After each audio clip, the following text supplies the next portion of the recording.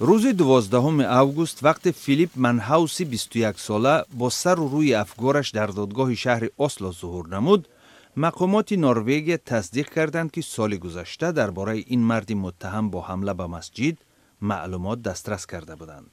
آن زمان تصمیم گرفته شده است که قضیه را تحقیق نکنند. مهم است که این حمله از زاویه تروریسم عمیق‌تر تحقیق شود. آیا در این عمل کسی دیگر هم نقش داشت یا نه؟ حالا ما اساسی نداریم که گوییم کسی بود، ولی تفتیش جریان دارد. منهاوس همچنان با کشتار خواهرزاده اش متهم می باشد. دادرس حبس پیشکی او را برای 4 هفته اجازت داد. این فردی متهم با چهره خندان به سوی خبرنگاران نگریسته از پاسخ به سوالهای آنها خودداری کرد.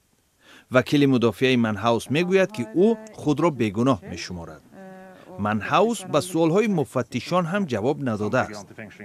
شاهدان میگویند منهاوس با چند سلاح وارد مرکز اسلامی نور شده از سلاح آتش کشید، ولی در داخل مسجد محمد رفیق نام مرد 65 ساله او را به سلاح کرد.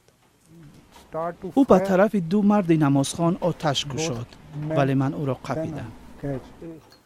محمد رفیق از چشمش زخمی شده است. مسلمانان نروژ این افسر مستعفی نیروهای هوایی پاکستان را قهرمان مینامند. مفتشان حمله را همچون عملی تروریستی تحقیق میکنند. به گفته آنها منهاوس به افکار راستگرا و ضد مهاجران توجه داشته است. بعد حمله در منزل زیست منهاوس جسد خواهرزاده او یافت شد.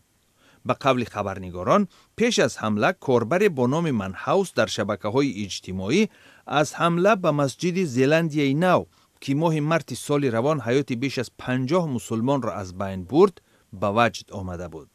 ولی خبرنگار ریترز تصدیق آن را پیدا نکرد که مسئول این نوشته ها کیست. عبادت کنندگان مرکز اسلامی نور موقتا در مهمانسرای محلهشان نماز می‌خوانند. روز 11 اوگوست سروزیر نروژ ایرنا سولبرگ گفت در دوره تجلیل عید قربان چاره‌های علاوه‌ای امنیتی اندیشیده شد.